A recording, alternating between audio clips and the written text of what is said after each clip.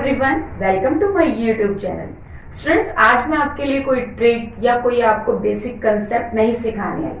आज मैं आपको कुछ टिप्स बताने आई, वो टिप्स जो आपके एग्जाम के लिए आपको बहुत हेल्प देने वाले हैं। तो जो आपके एग्जाम स्टार्ट हो चुके हैं और एग्जाम के ड्यूरिंग जो आपकी हॉलीडे रहती है, उसे प्रिपरेटरी हॉलीडे, तो उसमें आप एग्जाम की प्रिपरेशन कैसे करें, तो उस टिप्स के बारे में आज मैं बताने आई हूँ।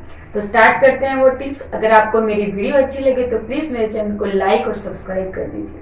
हाँ जी, फर्स्ट टिप्स, टिप नंबर 1, आप सबसे पहले जिस सब्जेक्ट की प्रिपरेशन कर रहे हैं, चाहे वो हिंदी है, इंग्लिश है, मैथ्स है, साइंस है या एसएस है, तो आप सबसे पहले अपने सिलेबस को 3 पार्ट्स में डिवाइड कीजिए। 3 पार्ट्स यानी कि सबसे एक इजी पार्ट होता है, एक मीडियम पार्ट होता है और एक टफ पार्ट होता है। जो आपको इजी लगता है, मीडियम लगता है और टफ लगता है, वो तो आपको पता है, आपके अकॉर्डिंग होते हैं। तो इजी पार्ट, सबसे पहले आप अपना इजी पार्ट खत्म कर दीजिए, ठीक है। इजी पार्ट के बाद आप फिर मीडियम पार्ट पे आ जाइए, फिर मीडियम पार्ट खत्म कीजिए। उसके बाद लास्ट में आपने टफ पार्ट करना है। इसमें ये होगा कि जो आपका इजी और मीडियम पार्ट होगा वो आपका 5 to 6 आवर्स में कंप्लीट हो जाएगा। तो आपको ये हो जाएगा कि मेरी 60 या 70% प्रिपरेशन हो चुकी है, तो ठीक है ना। तो आप टफ पार्ट को आपने बाद में करना है। और सेकंड पॉइंट जो मैं आपको पहले ही बताती हूँ कि written practice is the most important, चाहे वो हिंदी हो, चाहे वो इंग्लिश हो, चाहे वो मैथ्स हो।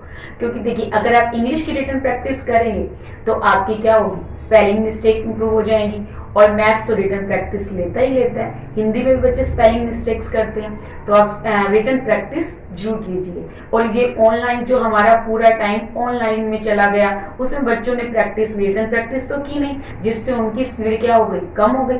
और एग्जाम भी आपका पूरा नहीं होगा अगर आपकी स्पीड कम रहेगी। तो इसलिए इसकी हेल्पफुल, ये भी हेल्प देगा हमें हमारी रिटन प्रैक्टिस में। तो आप रिटन प्रैक्टिस जरूर कीजिए। नेक्स्ट है हमारा स्टडी प्लेस।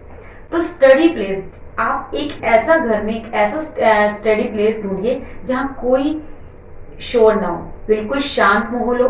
तो आप एक स्टडी वहां बैठ के स्टडी कीजिए। और हर एग्जाम में आपका स्टडी प्लेस अलग अलग नहीं होना चाहिए, एक फिक्स हो जाना चाहिए कि हमने यहाँ बैठकर पढ़ना है। तो इससे आपकी अच्छी प्रिपरेशन होगी और आपको पता लगेगा हाँ हमारा ये स्टडी प्लेस है, ऑटोमेटिक आपका स्टडी पे फोकस जाएगा। नेक्स्ट है कि जब हमने टफ चैप्टर हमने लास्ट में करने हैं। कई बार बच्चे ऐसे होते हैं कि आपने उनको कभी टच ही नहीं किया होता, तो आपको बहुत डिफिकल्ट लगते हैं, तो आपको आते नहीं हैं, तो आप टेंशन में आ जाते हैं। तो अगर आपको नहीं आते, डोंट वरी, टेंशन नहीं लेनी है आपने, तो आप उसको स्किप भी कर सकते हैं। इससे ये होगा कि आपको अगर नहीं तो आपका जो आपने जो किए होंगे इजी और मीडियम चैप्टर, वो भी ब्लैंक हो जाएंगे, इससे नेगेटिव इम्पैक्ट पड़ेगा। तो आप कोई बात नहीं, उसकी टेंशन मत लीजिए, जितनी प्रिपरेशन हो चुकी है उसको अच्छी तरह से तैयारी कीजिए। नेक्स्ट है, कई बार हम पढ़ते पढ़ते हम थक जाते हैं, तो हम थोड़ा गर्म पानी ले लीजिए, या चाय या कॉफी अगर आप लेते हैं तो वो ले लीजिए। और अगर आपको नींद आने लगे तो फेस वॉश कर लीजिए, तो इससे आपकी थकावट भी दूर हो जाएगी और आप फिर से स्टडी पे अपना फोकस कर पाएंगे। नेक्स्ट है कि अब हमें एग्जाम देने से पहले बिफोर 1 आवर आपने बिल्कुल नहीं पढ़ना। आप अपने माइंड को बिल्कुल सेट कीजिए, टेंशन नहीं लेनी। जितनी एग्जाम की प्रिपरेशन हो चुकी है, बस मॉर्निंग एक बार उसको सारा रिवाइज कर लीजिए। मॉर्निंग नोट के जितना आपने एक दिन पहले जितनी प्रिपरेशन की है, मॉर्निंग नोट को सारा एक बार रिकॉल कर लीजिए, जिससे आप कभी भूलेंगे नहीं, एग्जाम के टाइम भूलेंगे नहीं आप उसको।